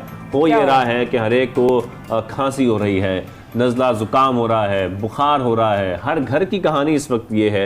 लेकिन आपका भी गला खराब, मेरा अपना भी गला खराब है। मैंने तो ऑफर की थी, आपने बताया नहीं, गला में खराब था तो खैर anyway। अपना भी जो गला है वो खराब हुआ है, तो हम दोनों के गले खराब हुए हैं। आप फिक्र ना करें। तो ये इसकी वजह क्या है? मैं आपका गला दबा दूंगा। लेकिन साथ में जनाब अगर आप नोट कर रहे हो, शाहज़ी बिल्कुल सही कह रहे हैं कि हर दूसरा बंदे को या तो हो रहा है या वो कह रहा है मेरे गले में दर्द हो रहा है या वो कह रहे हैं मुझे अच्छा खांसी भी अलग अलग तरह की सामने आ रही है। कोई इंसान कहता है मैं सोने लेटना हो तो मुझे खांसी तेज शुरू आती है। कोई कहता है वैरायटियां, इतनी वैरायटियां जो जैसे बाजार में कपड़ों पे ऐसी खांसियों की वैरायटी है। एक इंसान कह रहा है कि जी मैं बात कर रहा हूँ तो वो थसका लग रहा है। अच्छा ड्राइनेस बहुत ज्यादा हो रही है। कुछ लोग कह रहे हैं खाली हम ब्रीद इन कर रहे हैं तो खांसी आ रही है। अच्छा वो एक खांसी बड़ी खतरनाक होती है कि आप सोने लेटे हैं और आपको खांसी उठ जाए, फिर वो आंखों से पानी भी बह रहा होता है। आप कहते हैं यार अल्लाह मैं क्या करूं, फिर सब लोग कहते हैं करवट लेटो, करवट को कहते हैं तकिया ऊपर कर लो, तकिया ऊपर कर लो, तो फिर भी खांसी नहीं जाती। लेकिन वो बड़ी अजीब सा कुछ मौसम और वायरल फैला हुआ है, ये समझ से बाहर है। लेकिन आज हमारे पास ऐसे ही हर एज में नजर आ रहा है हमें, बच्चों में भी, बड़ों में भी। क्या इसका लेना देना अफ्तारियों से है जो खा रहे हैं, ऑयली स्टफ, ठंडी खट्टी, इस तरह से रिलेटेड है ये चीज या ये पॉसिबिलिटी है कि हम ये भी देख रहे हैं आजकल हाइड्रेटेड लोग कम रहते हैं, खासतौर पर पानी कम पिया जा रहा है, साथ में मौसम भी कुछ ऐसा है और फिर तली हुई चीजें बहुत ज्यादा खाई जा रही है। लेकिन ये तो हमारा सोचना है, हमने कम कर दिया, ये तो हम कह रहे हैं, लेकिन डॉक्टर्स क्या कह रहे हैं इस पे जानना बहुत जरूरी है। तो माहिर वबाई अमराज डॉक्टर फैसल महमूद साहब हमारे साथ मौजूद हैं। डॉक्टर साहब को खुशामदीद कहेंगे सुबह सवेरे पाकिस्तान में। सर बहुत शुक्रिया। सर जिस तरीके से हम देख रहे हैं कराची में हर दूसरा शख्स हमें खांसता, बुखार में मुब्तला और दीगर बीमारियों में खासतौर पर ये नज़ला ज़ुकाम में का शिकार नज़र आ रहा है। क्या वजह है इसकी खासतौर पर? जी वालेकुम अस्सलाम, बताने का शुक्रिया। तो देखिए नज़ला खांसी ज़ुकाम तो होता ही रहता है और आजकल लगता है कि कोई वायरस डेफिनेटली फैला हुआ है जिसके अंदर बहुत तेज़ी से फैल रहा है, जिसके अंदर नज़ला खांसी ज़ुकाम चल रहा है। ऑब्वियसली जहन हमेशा कोविड की तरफ ही जाता है कि कहीं कोविड तो नहीं है। अलबत्ता कुछ लोग जिनको टेस्ट किया उनका तो कोविड नेगेटिव आया है, मगर दुनिया में वायरसेस हज़ारों हैं और ये भी प्रॉब्लम में से कोई एक वायरस है जो कि फैल रहा है। अच्छा, सिम्टम्स ऐसे सारे कोविड के ही लग रहे हैं, जिस तरीके से हम देख रहे हैं ना कि जो सिम्टम्स के नज़र आ रहे हैं हमें कि वही बॉडी पेन भी हो रहा है, साथ बुखार भी हो रहा है, गला भी ख़राब है, लेकिन सर पर हम कैसे कहें कि ये कोविड नहीं है? टेस्ट बस तकरीबन आ ही रहा है। शाहरुख भाई को तो आ रहा है। हाँ, कहना बहुत मुश्किल है एक्चुअली, आई एम श्योर इससे कुछ ऐसे भी लोग हैं जिसके कोविड है, बिकॉज हमारी टेस्टिंग जो आजकल कोविड के तो बहुत ही कम टेस्टिंग हो रही है हमारी कोविड की, तो बिल्कुल हो सकता है इसमें कुछ कोविड वाले ही लोग हों, मगर अक्सर जो हमने अभी जो चेक किए वो ज़्यादातर कोविड ही नेगेटिव निकले फिलहाल। डॉक्टर साहब आपका शुक्रिया, आप हमेशा होते हैं, और हम चाहे वबाई अमराज हो, चाहे कोविड का जब बहुत एक्सट्रीम हमें प्रेशर था नवंबर दिसंबर में, चैलेंज था, तब भी आप हमारे साथ रहे।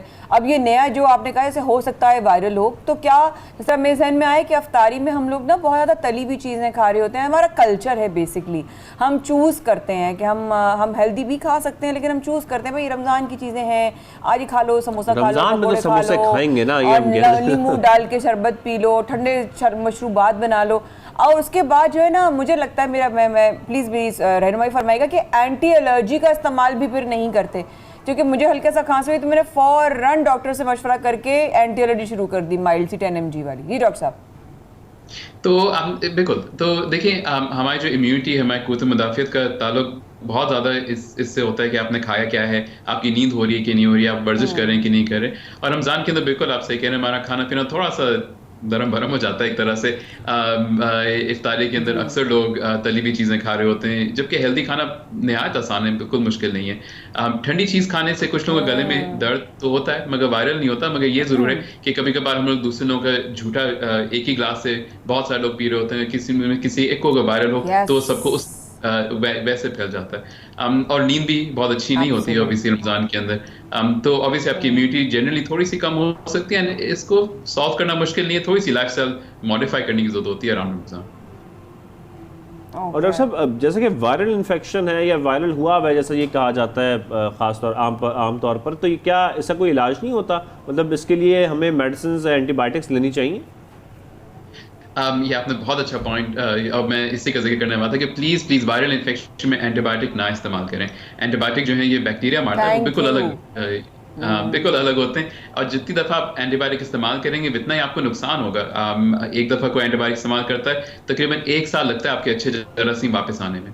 सो अगर आपको सिर्फ गला खराब है, नाक बह रही है, तो 1 ईयर आपके, क्योंकि आपके अच्छे बुरे सब सॉरी डॉक्टर साहब टू कट यू, सिर्फ ये जरा क्लैरिफाई कर दीजिएगा कि 1 साल तक, यानी कि if I had Covid Delta and then I had another infection जिसमें मुझे एंटीबायोटिक लेनी पड़ी, तो मैंने पिछले 6 महीने में 2 बार लिया, उसका असर कितने अरसे तक रहेगा?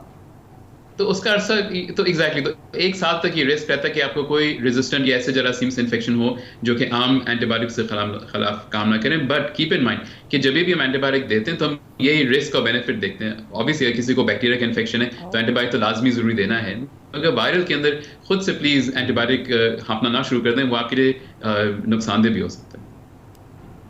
लेकिन सर डॉक्टर साहब ये डिफ्रेंशिएट कैसे करें कि ये वायरल इन्फेक्शन है या बैक्टीरियल इन्फेक्शन है? So generally doctors can differentiate this, मगर बैक्टीरिया के इन्फेक्शन में नज़ला वगैरह इतना नहीं होता। बैक्टीरिया के इन्फेक्शन में खांसी में बलगम थोड़ा सा गाढ़ा निकलता है, एंड यूजुअली वायरल इन्फेक्शन जो है वो बहुत जल्दी शुरू होते हैं, जल्दी ख़त्म होते हैं, 3 से 4 दिन में ख़त्म होते हैं। बैक्टीरियल इन्फेक्शन थोड़ा सा लंबा रहते हैं। तो बट ऑब्वियसली ये सिर्फ रफ गाइडलाइंस हैं, और अपने डॉक्टर से रुजू करें, वो बेहतर बता पाएंगे कि ये बैक्टीरिया है या वायरल। बिल्कुल ऐसा ही है।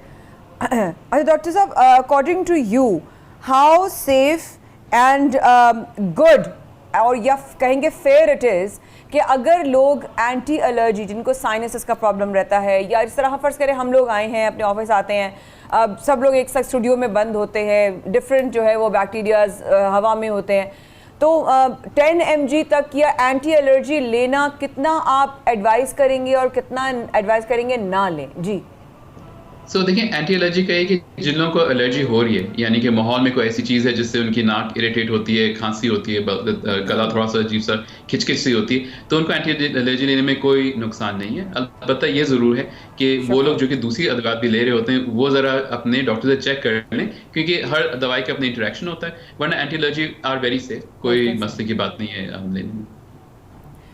अच्छा डॉक्टर साहब, शॉट्स लगते हैं, एलर्जी वायरल शॉट्स लगे जाते हैं। मैं अभी यूएस जाने से पहले लगवाया था, तो वो फ्लू शॉट्स जिस तरह कहते हैं, थैंक यू शर्क भाई, तो जैसे फ्लू शॉट्स लगते हैं, तो ये कहा था कि 1 साल के बाद ही आप लगवा सकते हैं दूसरा, तो कितना टाइम देना चाहिए for getting another flu shot?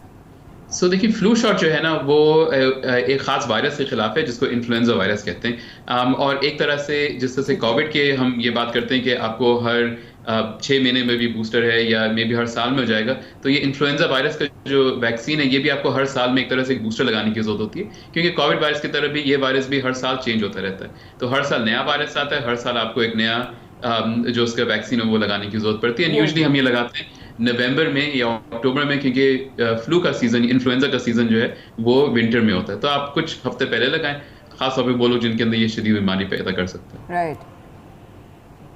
अच्छा डॉक्टर साहब, खासतौर पर अगर हम अभी सिर्फ रमज़ान की और जैसे कि हम बात कर रहे हैं वायरल इन्फेक्शन बहुत ज़्यादा बढ़े हुए हैं, तो हॉस्पिटल्स में क्या सूरत हाल है? यकीनी तौर पर आप भी एक हॉस्पिटल का हिस्सा हैं कि वहाँ पर जो फ्लो है पेशेंट्स का वो कितना ज़्यादा बढ़ गया है, या इस वक्त वैसे ही है जैसे पहले था रमज़ान से? अभी फिलहाल तो वैसे ही है। रमज़ान में एक्चुअली हमेशा हम ये देखते हैं कि जो फ्लो है वो रमज़ान की वजह से इफेक्ट होता है। रमज़ान के पहले अशरे में हमेशा रश कम हो जाती है, और जैसे जैसे रमज़ान ख़त्म होता है, ख़ास तौर पे ईद के ज़माने में रश थोड़ी बढ़ती है, बिकॉज लोग ऑब्वियसली अस्पताल का रुख नहीं करना चाहते, वो थोड़ा सा घर पे इलाज करते हैं। बट ये वो जो इस रमज़ान में हम देख रहे हैं वो pretty much जो बखैर रमज़ान में हम जो नॉर्मल जो एब एंड फ्लो देखते हैं वही देख रहे हैं।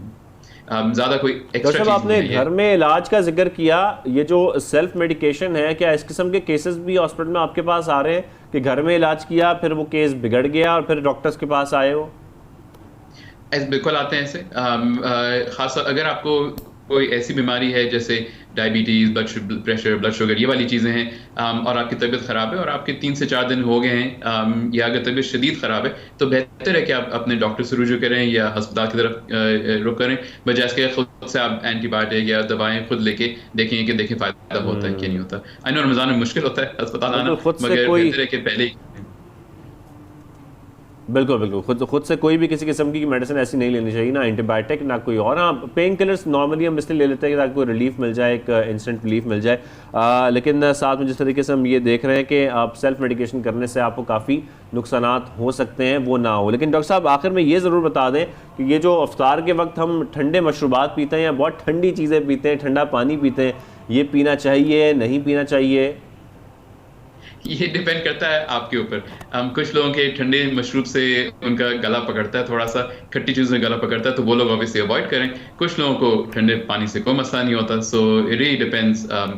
मगर ये बस ज़रूर है कि अगर आप जो भी मशरूब ले रहे हैं, जो भी पानी ले रहे हैं, वो उबला हुआ हो, साफ़ हो, क्योंकि डायरिया अभी भी बहुत आ रहा है हमारे पास।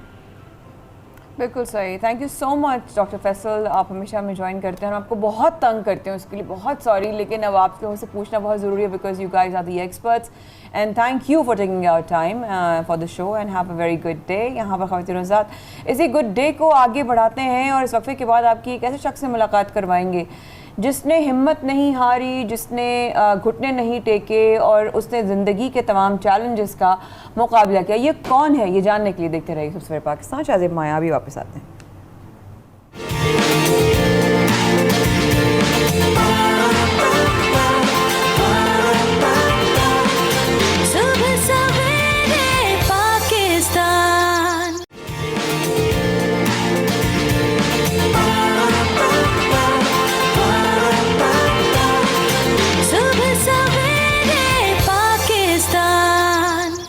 सबसे पाकिस्तान में शाहज़ेब और माया के साथ रहने का बेहद शुक्रिया। ऐसा नहीं है कि हम सबकी ज़िंदगियों में चैलेंजेस नहीं आते, ऐसा नहीं है कि शाहज़ेब के, मेरे, आपके, जो हमें देख रहे हैं सर, हमारे फ्लोर पे हमारी टीम मौजूद है, उनकी ज़िंदगी में चैलेंजेस नहीं आते। लेकिन अब यकीन करें, एक तो जिम्मेदारी है कि जी हमारी नौकरी है, हमारी रोटी रोज़ी है, और एक पता है क्या, अल्लाह ने हमको एक ऑप्शन दिया है इन तमाम चैलेंज्ड सिचुएशन से निकलने का कि चलो इन सारी चीज़ों को तोड़ के काम पे जाओ, इन सारी चीज़ों से निकलकर अपने शो करो जाके। मजबूरियां, जिम्मेदारियां और जितने भी आपके हालात हैं, जिस किस्म के भी हालात हैं, उन सब के बावजूद आप जिंदगी में आगे बढ़ जाएं, इससे बड़ी बात क्या हो सकती है? आपके ड्राइविंग फोर्स एक चीज़ होनी चाहिए। एक चीज़, अब एक हाउसवाइफ की बात करें शाहज़ेब, उसकी खुद की तबीयतें खराब होंगी, उसकी सेहत जवाब दे जाती है, उसकी कमर टूट जाती है। बच्चों को देखना, अक्सर मैं वीडियो देख रही थी ऑनलाइन, छोटे छोटे बच्चे पूरी पूरी रात जागते हैं, उनको सहरी से पहले सोने का टाइम नहीं मिलता, फिर सहरी के लिए वो उठ जाती हैं, फिर सहरी देती हैं सबको, फिर बच्चे फिर 8-9 बजे तक सुबह के जागते रहते हैं। वैसे ही माएँ वो सोती नहीं है, लेकिन उसके बावजूद वो बच्चों का खेलना, वो अपनों का उनकी अफ्तारी और खाना और सहरी को अप्रिशिएट करना, वो एक ड्राइविंग फोर्स बन जाता है। इसी तरीके से आपकी लाइफ में कोई ना कोई पैशन चीज होती है। मैंने किसी का एक सुना अभी कि आपके पैशन और आपकी डिजायर में बड़ा फर्क होता है। कभी कभी आपका डिजायर आपकी पैशन बन जाता है, और जब आप उस डिजायर तक पहुंचते हैं आपको लगता है अरे ये तो मिल गया, ठीक हो गया, फिर आपके पास मजीद कुछ उसको अवेल करना, उसको तक पहुंचने का, उसको हासिल करने का कोई जुनून नहीं जाता। लेकिन इन सब चीजों के लिए बड़ी बहादुरी चाहिए, बहुत बहादुरी चाहिए होती है। पैशन वो होता है आपको रोज बेड से निकाले। पैशन वो होता है शाहज़ेब, जैसे कि आपको और मुझको अपने काम के लेकर है। We are excited every day, we are looking forward for this show every day. बिल्कुल, जैसा कि आप पैशन का जिक्र कर रही हैं, बहादुरी का जिक्र कर रहे हैं, यही वो चीजें हैं जो आपको फिर बहादुरी के साथ उन तमाम हालात से लड़ना सिखाती हैं। और आज हम जिस बाहिम्मत बाप की बात कर रहे हैं, वो भी इन तमाम मुश्किलात से रोजाना की बुनियाद पे हैं, आगे निकलते हैं, जिंदगी में आगे बढ़ते हैं, हार नहीं मानते, बिल्कुल हार नहीं मारते, जिंदगी में आगे बढ़ते जा रहे हैं। और सबसे बड़ी बात ये कि खुद जैसे मर्जी उनके हालात हों, लेकिन लोगों के चेहरों पर मुस्कुराहटें बिखेर रहे हैं। आसान नहीं होता अपने चेहरे पर रंग लगाकर, ये जानते हुए कि मेरी जिंदगी के तमाम रंग फीके पड़ गए हैं। लोगों के दिलों में, लोगों के चेहरों पे बच्चों की शक्ल के ऊपर मुस्कुराहट लेकर आने वाला वो कौन शख्स होगा जिसको ये नहीं पता होगा कि मैं वापस जाऊंगा तो मेरे घर में क्या खाने को मिलेगा, जिसको नहीं पता होगा कि कल को मुझे ये मेरी नौकरी या मेरी दिहाड़ी लगेगी नहीं लगेगी, लेकिन फिर भी वो रंग लगाकर रोज खड़ा हो जाता है कि शायद कहीं से मेरा रिस्क मुझे पुकार रहा हो। हमारे साथ इस वक्त लाहौर स्टूडियो में मौजूद हैं अकबर अली सरखोदा से लाहौर आए हैं हमारे प्रोग्राम में शामिल होने के लिए। हमारी पूरी टीम आपकी बेहद बेहद शुक्रगुजार है अकबर अली भाई, बड़ी मेहरबानी आप आए और आपको ख़ैर तहसीन पेश करते हैं। सही मानों में आप जैसे बाहिम्मत लोगों को देखकर सब लोगों की हिम्मत जो है वो दुबाला हो जाती है। ये बताइए, ये रूप आपने जो अपनाया इसकी वजह क्या थी? जी जी अस्सलाम वालेकुम। जी अस्सलाम वालेकुम। वालेकुम। जी भाजी, मेरे जज्बात अभी आपने बात ऐसी की है कि मेरे से बोला भी नहीं जा रहा कि आपने कहा है कि जब ये रंग लगा के अपने आप को दुनिया के आगे पेश करता है तो इसके साथ क्या बेहतरी होती है, और आपने रियल यही कहा है कि मैं अभी आपको मैं चेहरा उतार सकता हूँ। बिल्कुल उतार सकते हैं अकबर भाई, बिल्कुल दिखाइए। अपना समझ के आपने इतनी बड़ी बात कह दी, शुक्रगुजार हूँ आप। जी अस्सलाम वालेकुम। अल्लाह अकबर। ये मेरा, अब मैं आपसे कैसे बात करूं, आपने मुझे ऐसा बोल दिया। अब क्या शाहज़ेब और मैं आपसे सवाल करें अकबर भाई, ये अपने आंसू छुपाकर दुनिया के चेहरे पर मुस्कुराहट लाने का मकसद क्या? पहला मकसद तो मेरा यही है कि अगर मैं लोगों को अपनी खुशियाँ दे दूं, वो मेरी वजह से खुश हो जाएं, तो मैं अपने अल्लाह को राज़ी कर लूँ। अल्लाह। दूसरे नंबर पे मेरी एक रोज़गार है, मेरे बच्चे हैं, मैं विदाउट एजुकेशन हूँ, मेरी कोई तालीम नहीं है। मैंने कुरान पाक के यसरुल कुरान में थोड़ा सा पढ़ा है, और हमारे वालिद साहब अल्लाह के पास चले गए थे तो मेरी तालीम नहीं थी, लेकिन अल्लाह ने मेरी शादी हो गई, बच्चे हो गए, मेरी एक बीवी बीमार हो गई थी तो मैं उसका इलाज कराने के लिए लेके आया, तो उसमें जो है काफ़ी जो है ना लोग नहीं थे देखे, हस्पताल नहीं थे देखे हुए थे, लोगों को से लेना देना कैसे था। मैं तो एक रेंट पे रह रहा हूँ, तो काफ़ी मेहनत करना पड़ा। मैंने 3 साल जो है ना वो अपनी एक ड्यूटी समझी है कि मेरी ज़िंदगी का साथी है, तो मैं ये ड्यूटी समझी। मैं अपने बच्चों को साथ ले जाता था कि जैसे एक ऑफिस है ना हमारे लिए, वो ऑफिस है कि मेरी बीवी बच जाए, मेरे बच्चों की जो है ना लाइफ गुजर जाए, उनके साथ टाइम पास हो जाए। तो जो कुछ भी उनके लिए मुझे करना पड़ा मैंने सब कुछ किया। उनसे हटकर जो दूसरे बेड पे पड़े होते थे तो मैं उनको भी रात को यही, कोई नीचे उतर जा रहा था चिल्ड्रन हॉस्पिटल से, कोई आ रहा था, कोई जिसकी प्रॉब्लम होती थी मैं भाग के उसको जो है ना पकड़ लेता। जी अम्मा जी आप बैठ जाए, मैं आपके बच्चों के लिए मरीज़ के लिए दवाएं ले आता हूँ, जो चाहिए मैं लेके आता हूँ। मेरी बीवी ने मुझसे कहा कि देखो आप तो लोगों के काम करते रहते हो। मैंने कहा पता नहीं किसकी दुआ से अल्लाह ताला आपको भी शिफा दे दे। तो मैं, आप भी हो, वो भी इंसान है, मैं किसी का दर्द बर्दाश्त नहीं था कर सकता। तो अल्हम्दुलिल्लाह। कैसी है तबीयत उनकी अब अकबर भाई? और अकबर भाई आप खर्चा कैसे पूरा करते थे अस्पताल का साथ में? वाइफ की तो अल्लाह की ज़ात देता था। मैं मैकडोनल्ड मेन मार्केट के पास, वहाँ रात को जो है ना मैं जोकर बन के ना तो गाड़ियों के आगे पीछे डांस करता था, बाय बाय करता था, लोगों को एंटरटेन करता था। कोई 10 दे जाता था, कोई 20 दे जाता था, कोई 100 दे देता था, कोई 50 दे देता था। उसमें मैंने बड़ी बात यही थी कि मैंने मकान मालिक को भी कह दिया जी मैं आज आपको पैसे नहीं दे सकता। क्यों कि 1,20,000 का इंजेक्शन मिलना है। तो मैंने वो लेके तो वो रख के आ गया। तो उसको मैं कह रहा हूँ कि यार मेहरबानी नहीं है मेरे पास, आप निकाल दो मुझे। उसको अंदर की बात नहीं था बता रहा कि मैं 1 लाख क्यों नहीं था बताता कि वो तो कहते हैं कि हमें किराया चाहिए, आप भले मजबूर हो, भले आप मेहनत कर रहे हो नहीं कर रहे, हमें 1 माह के अंदर अंदर जो है ना महीने के अंदर हमें किराया मिल जाए। मैंने उसको नहीं दिया और उससे थोड़ी डांट ले ली। मैंने अपना काम बीवी वाला वो पूरा कर लिया।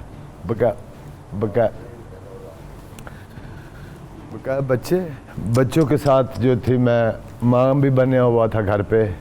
उसको के जो अस्पताल है उसको ऑफिस बनाया हुआ था कि मैं सुबह सुबह बच्चों को ले जाऊं। उस बच्चे की ड्यूटी लगाता हूं कि तूने माँ के पास रहना है। दूसरों को स्कूल ले जाता था कि सारा। फिर जब मैं करता था ना तो मैं अंदर इस चेहरे के अंदर मैं जब अंदर रो रहा होता था और मैं इसको इबादत समझता हूँ और मैं अल्लाह का जिक्र ही करता रहता था इसके अंदर। सुबहान अल्लाह सुबहान अल्लाह, रोना भी शुरू कर देता था। लेकिन लोगों को इस चेहरे के अंदर नहीं था नज़र आता, वो यही करता है। मजाक की बात, एक ने मुझे कहा ये चेहरा ऐसा है ना कि ये पहना हुआ है ना तो एक मुस्कुराहट आई है। तो वो मुझे कहता है यार आप तो किसी फौतगी पे चले जाओ ना तो आपको तो आप हंसते ही रहोगे। मैं उसकी बर्दाश्त कर गया। फिर ऐसा मेरा एक आगे भी एक आदमी आया, मुझे कहता है, मैं मार्केट लिबर्टी में चला गया तो मुझे कहता है कि यार जोकर मैं आपको एक थप्पड़ मार लूं। मैंने कहा यार ये क्या बात हुई, आप क्यों? मैंने कहा जी क्यों आप थप्पड़ मारेंगे? बोलते यार मेरा शौक़ है, तो लोगों को हंसा रहा है। मैंने कहा मैं हंसा रहा हूँ तो आप मुझे रुलाना चाहते हैं? बोलता मेरा शौक़ है बस। मैं उसको एक दफ़ा डांटा, भाई चले जाओ मुझे काम करने दो। अस्सलाम वालेकुम, how are you? Fine thank you. बच्चों को डील कर रहा था तो उसने मुझे दोबारा कहा। मैंने कहा यार जाओ प्लीज़ काम करने दो। फिर मैंने उसको कहा बाजी उसने 6-7 कहा भाई क्यों आप मुझे डिस्टर्ब कर रहे हो? वो ना एक म्यूज़िक वाली एक दुकान थी, वहाँ सॉन्ग चल रहा था तो मैं डांस करने शुरू हो गया कि मैं जोकर हूँ ना कि मैं 1-2 को देख रहा हूँ, मुझे देखने वाले हर तरफ से हैं कि यार ये क्या बना हुआ है।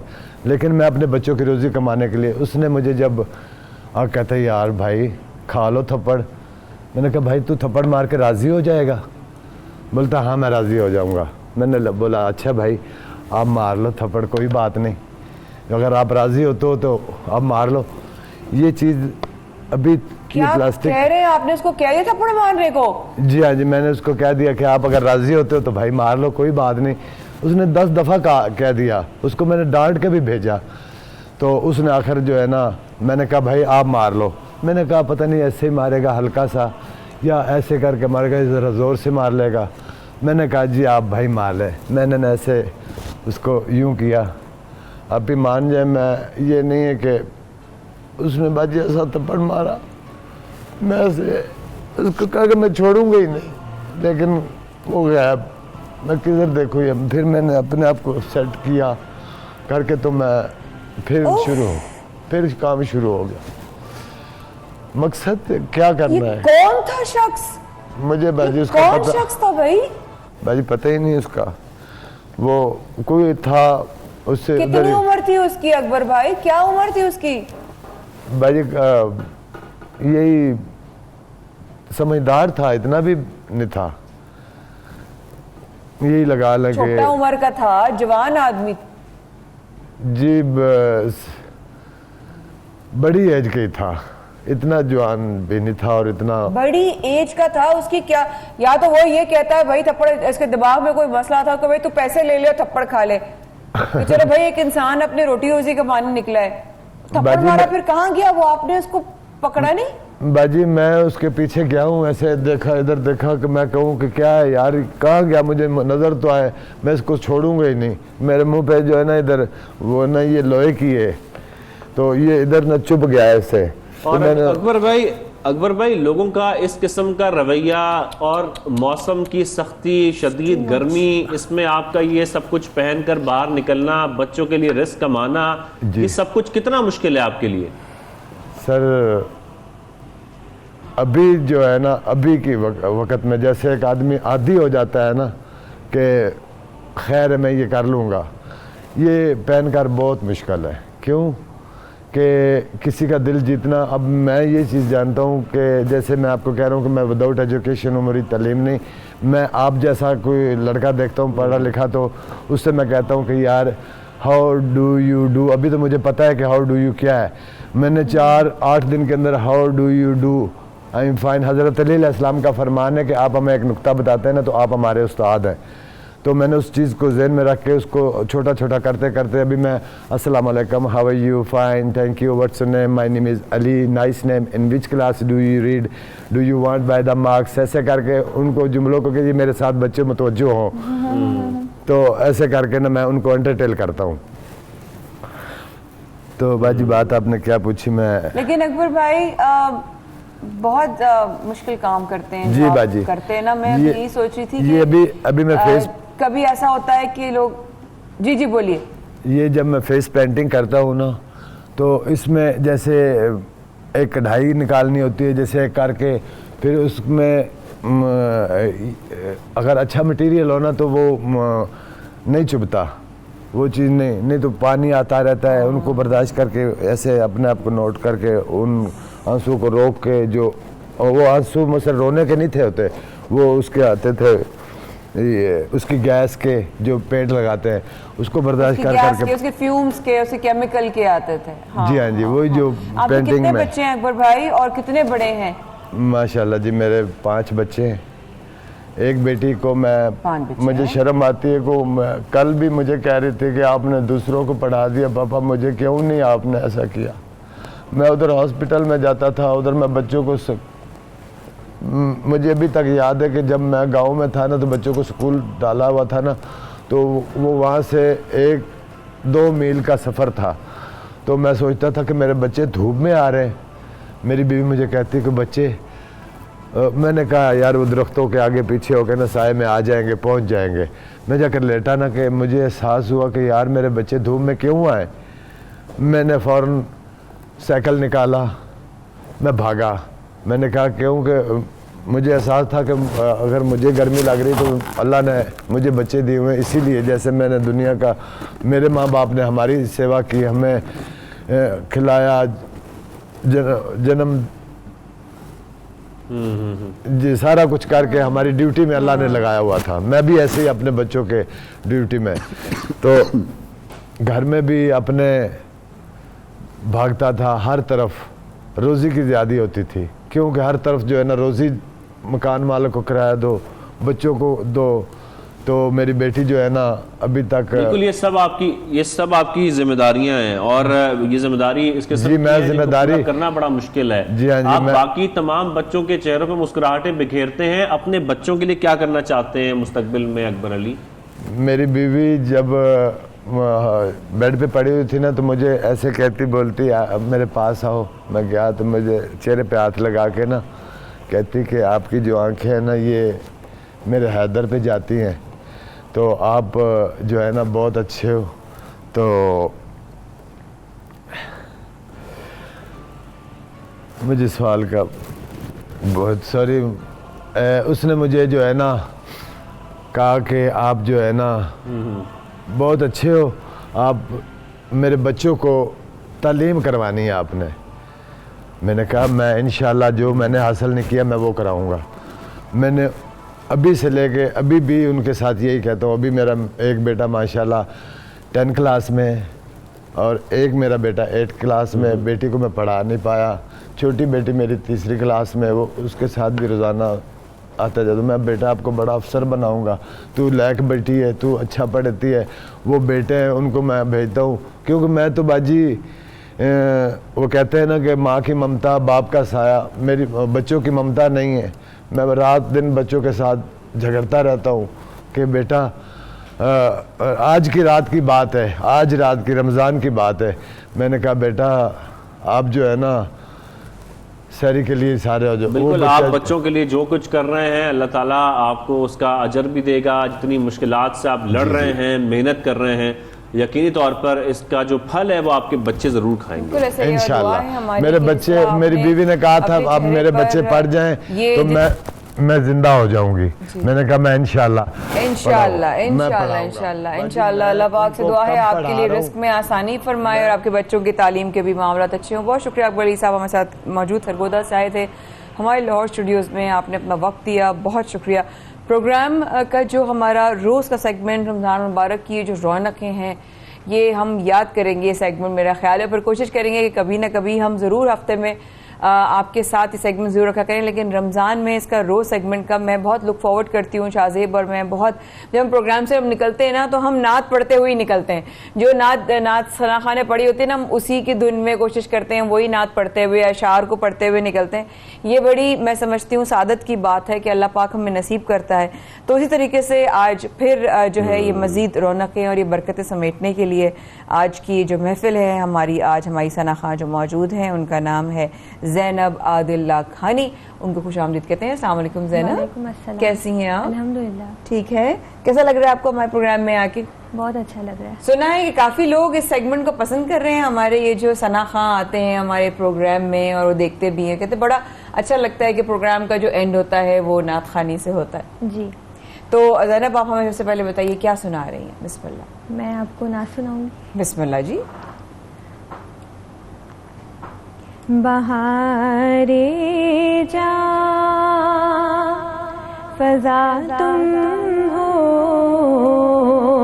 नसीम में गुलसिता तुम हो, बहारे बाग़े रिज़वा तुम से है, ज़ेबे जिना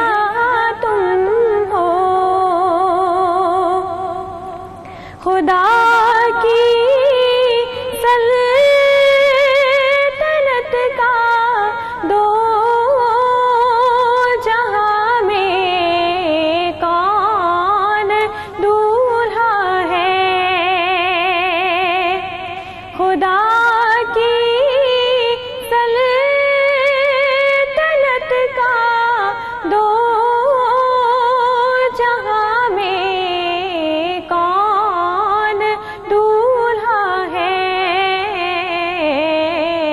तुम ही तुम हो, तुम ही तुम हो, यहाँ तुम हो, वहाँ तुम हो, कुजा हम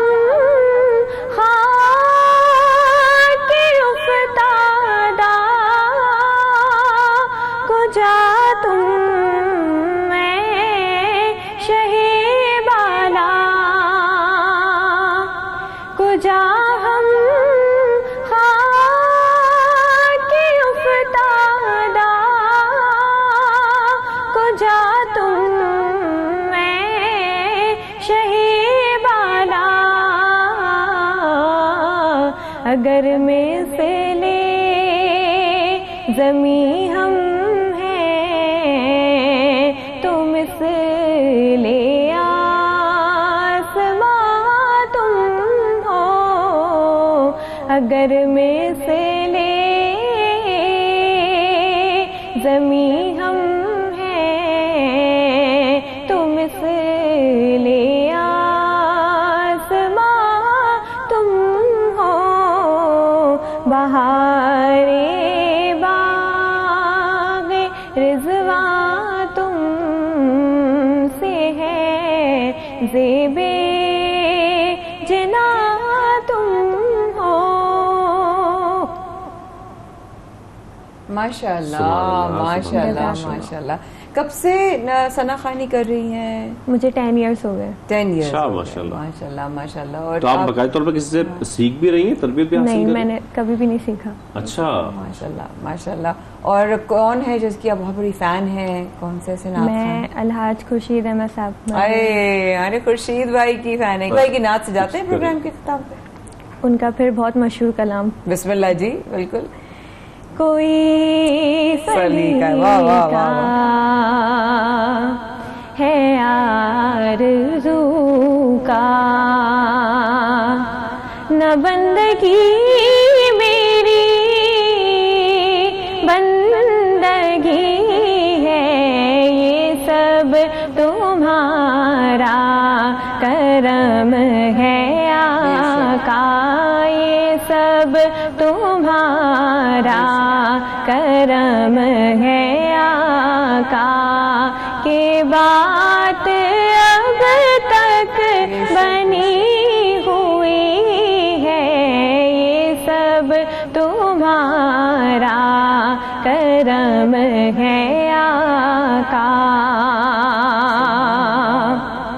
किसी का एहसान क्यों उठाए, किसी को हालात क्यों बताए, किसी